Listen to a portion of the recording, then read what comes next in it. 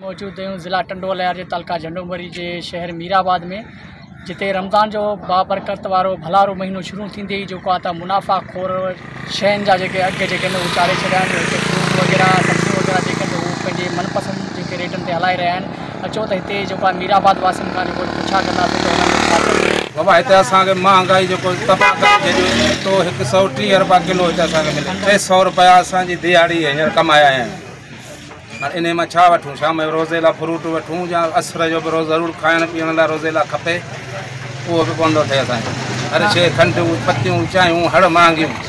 Fruit हिते मिले बि छाई 120 रुपया किलो, गिदरो 100 रुपया किलो, उछले जरा अधु खाओ भला 220 रुपया किलो। कतल हिकिड़ी अधु पाव वारी छटांगारी थैली आहे 50 जी। हाणे छा ते असीं रोज़ो खोलियूं, छा ते असीं रखूं, छा असांजी कमाई आहे?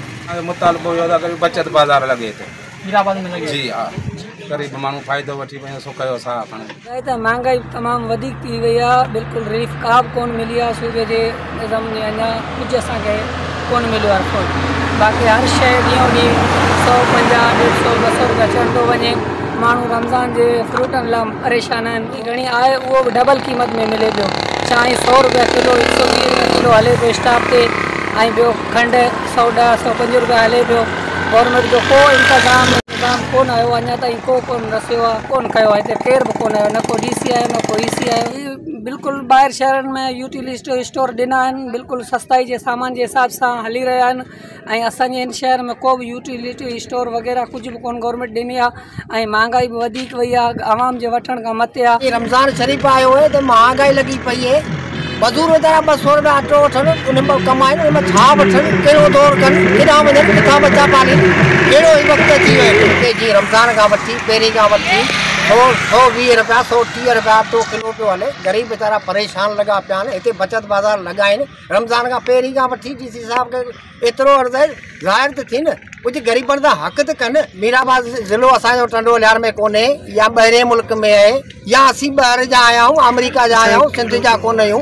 रमज़ान जे महीने में न फ्रूट ते को नंबर लॻल आहे, न का लिस्ट लॻल आहे, न कंहिं फ्रूट वारे गाॾे ते लॻल आहे, न के दुकानदार वटि लिस्ट लॻल आहे।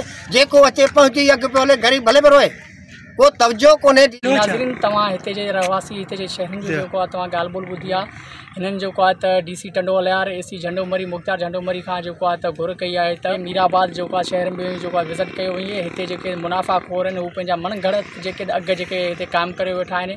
हिते न को लिस्ट आहे, न को छा आहे। ऐं रमज़ान जो बाबरकत महीनो शुरू थियो आहे, हिते न को बचत बाज़ार लॻो आहे।